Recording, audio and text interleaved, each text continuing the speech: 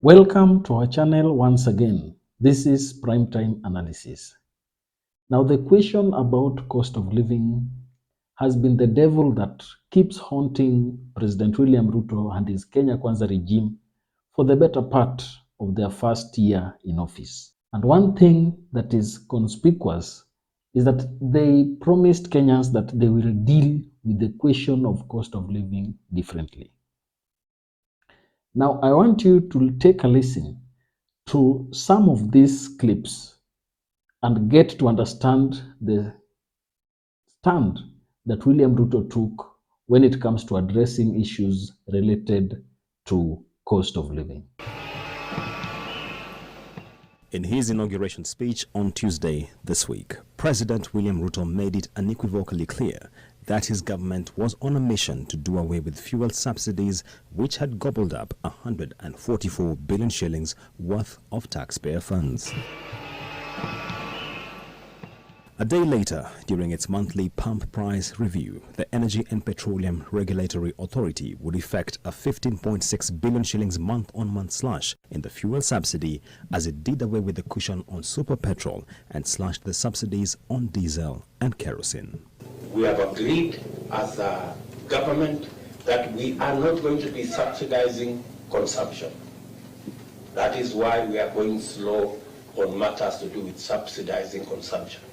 We are going to work and support producers. The decision to subsidize unga, fuel, and electricity was not an economic decision. It was a political decision. It was meant to placate Kenyans to vote in a certain way. Unfortunately, Kenyans did not buy it because they did not feel it. They looked for this unga of 100 shillings, they did not find. They waited for the price of things to come down, it did not come down. Right? Because it was a political decision. Ruto used the Taifa Gas Special Economic Zone groundbreaking ceremony in Mombasa County to fire back at Azimio leader Raila Odinga's 14-day ultimatum for resumption of subsidies on fuel products and maize flour, ostensibly to manage the biting cost of living. We will not go back to reckless borrowing. We will not go back to subsidies that benefit brokers, cartels, and people who are politically correct. Now, if you listen to William Ruto carefully, you will note that he swears not to entertain any issue relating to subsidies when it comes to addressing the question of cost of living. His mantra and his call to action has been that they want to subsidize production and they will not entertain anything related to subsidizing consumption.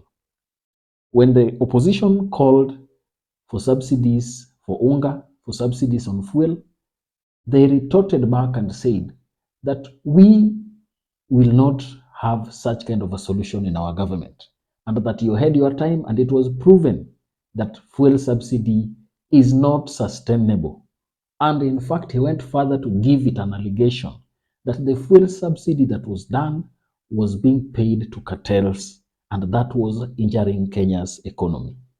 Now, one thing that surprised me today is that you know that in every 14th and 15th, every 15th of every month, EPRA revises the fuel prices. And in this month's revision, there was a net increase in fuel prices, but there was zero change in what it was going to cost at pump price. This is because the government has brought back subsidy of fuel. In fact, if they would have not brought that subsidy back, adding up to the 16% VAT that was imposed on fuel products, the prices would skyrocket. Because as per the prices that that EPRA is providing, super petrol was going to cost around 202 Kenya shillings. But because of a subsidy of about 7.33 Kenya shillings, it is going to cost 194.68 Kenya shillings. In that same breath, diesel was going to cost 183.26 Kenya shillings. That is the maximum pump price, depending on the location. but it has been subsidized by about 3.59 shillings, and this will now cost 179.67 Kenya shillings. Another one is kerosene, which is used by most hustlers. You will note that it was supposed to go per liter at 175.22 Kenya shillings, but because of subsidy of about 5.74 Kenya shillings, it is going to cost 169.48 Kenya shillings. That is not my main point of contention. But I want to check and I want us to critically analyze, why do you think William Ruto and his regime have gone back to take something that they had vehemently opposed in the name of fuel subsidy? But before I do this, let me take this opportunity to thank each and every one of you for the support that you've been giving this channel. We have grown and we are happy for each and every one of you who always takes time to watch our videos. If you have not subscribed, please take a second to subscribe and also hit that notification button so that immediately we make new videos, you get notified by YouTube. And please, if this video is good to you, remember to always give us a thumbs up at the end. Let's now get down to the main issues.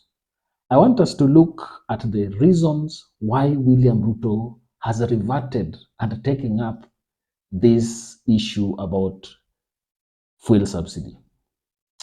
First of all, I want to look at it at this angle. We know that as at now, Azimio and Kenya Kwanza are engaged in a dialogue. And in this dialogue, one of the things that was put as a priority for the Azimio side is the question about the cost of living. If you've been hearing Raila Odinga and his team, they have been calling for subsidy to be imposed on important products in the market, especially those that affect basic commodities. That is fuel, which affects almost everything, and then unga, which is also the staple food of our country. But this time round, in the heat of these dialogues, they have allowed subsidies to be brought back. So for me, the first thing I'm taking here is that this is a goodwill. I am taking this as a goodwill from President William Ruto to show Raila Odinga and his team that since they have decided to accept dialogue as the route to addressing the challenges that the country has, they are willing, he is willing to sit down and implement some of the issues that they have. You know, it has been said that one of the supporters of the 16% VAT on our fuel is the IMF. And some experts are also saying that our budget was drafted by the IMF. And therefore, William Ruto being stable and being strong to allow this fuel subsidy to be brought back is a sign that he is listening to Raila Odinga and his team and is ready to take steps to ensure that Kenyans are cushioned against high cost of living. Another reason why I think William Ruto has decided to accept subsidizing fuel is that looking at the wave of demonstrations that Kenyans were having some time back, and then looking at the detachment that Kenyans have had with this government, the main issue has been the problem about cost of living. And therefore, to avert any demonstrations that would come in case even the bipartisan talk that they're having fails, he has decided to ensure that let Kenyans use the current fuel prices at least until a month so that he gets to understand and gauge the mood of the country. It is a way of ensuring that any protest that could come up are subsided. Anything that could come against the government is well addressed effectively. And this also shows that the NIS is giving the president good advice because it is tough out here. Many Kenyans are crying about the high cost of living. And you know that when fuel is affected, it almost touches everything in the value chain of our economy. And in this regard, the government has seen it right to ensure that they maintain their fuel prices at current prices so that there is no spike or inflation of prices within our market. So I believe The fear of facing rebels and rebellion from Kenyans has led to the president deciding to ensure that the fuel prices remain constant. While it has increased because of the landing prices, they have decided to inject some subsidy to ensure that Kenyans are cushioned against the increase that would have been noticed. The final reason why I think William Ruto opted to make this subsidy come back, we know that he has changed his style of leadership. And one thing that he's doing is that he's walking region by region and engaging with people directly. I am sure from those engagements, he has heard from Kenyans and they have told him that the cost of living is unbearable. And therefore, as a campaign strategy and a way of endearing himself to Kenyans, he has decided to have a soft spot and get a campaign message that he can go and speak to Kenyans about. You know, when cost of living is high, not even his backyard is spared. We know that right now he's going to also have almost a 1 week tour and leadership engagement between him and his home backyard of Wasigishu and the entire Rift Valley region. So this is a strategy to get back to politics and campaign and ensure that Kenyans see that instead of these prices going high, he has used his skills and his power to maintain these prices at a price that is almost affordable to Kenyans. So for me, I think life and the circumstances have forced him to backtrack on his strong stance that he has been holding against subsidies. I know he said a lot against President Uhuru Kenyatta and the subsidy that Uhuru Kenyatta had, but times change. And as people say, you can always lead and campaign in propaganda. You can always campaign in propaganda.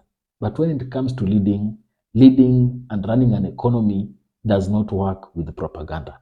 And this is why the president had to swallow his pride and accept this subsidy to come back and cushion Kenyans against high cost of living. That is my take when it comes to the issue of subsidies. I don't know what you think about it. Please, if you have any other comment that you can make, talk to us down in the comment section. And also remember to subscribe to our channel, hit that notification button, and also like our video so that it can reach a larger community. Thank you, and let's meet in our next analysis. Goodbye.